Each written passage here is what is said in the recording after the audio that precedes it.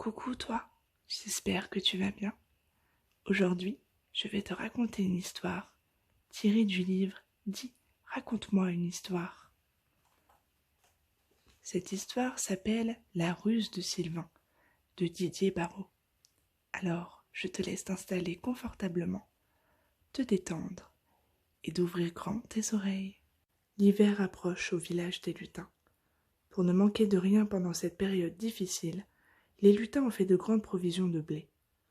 Dans la réserve sont entassés des centaines de sacs de blé, du beau blé doré et croquant.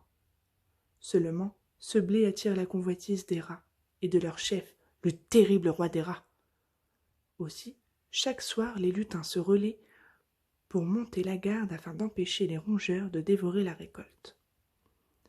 Si seulement on pouvait débarrasser une fois pour toutes le pays de ces méchants bandits, songe Sylvain le lutin malin. Il se met à réfléchir. Soudain, il a une idée, un plan génial.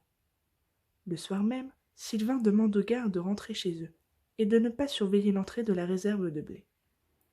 Voyant que le passage est enfin libre, le terrible roi des rats crie à sa troupe. « À moi, ma bande! À l'assaut! Pilons, volons et dévorons tout ce bon blé !» Mais lorsqu'ils pénètrent dans la réserve, ils voient qu'ils ne sont pas seuls. Sylvain est déjà là, en train d'ouvrir un sac de blé. « Que fais-tu là ?»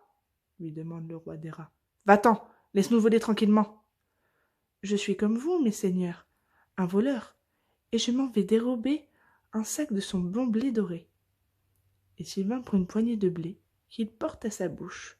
Mais à peine a-t-il croqué un grain qu'il se met à crier « Ce blé est empoisonné !» Et il s'effondre par terre. Le roi des rats frémit. « Du blé empoisonné ! Quelle horreur! Allons, ma bande, fuyons ce pays maudit !» Et les rats déguerpissèrent aussitôt pour ne plus jamais revenir. Sylvain se relève avec un petit sourire. « Ces rats sont décidément très bêtes, » se réjouit-il. J'espère que cette histoire t'a plu. Si elle t'a plu, n'hésite pas à me mettre un petit commentaire, un petit pouce en l'air. Et moi, je te dis à très très vite.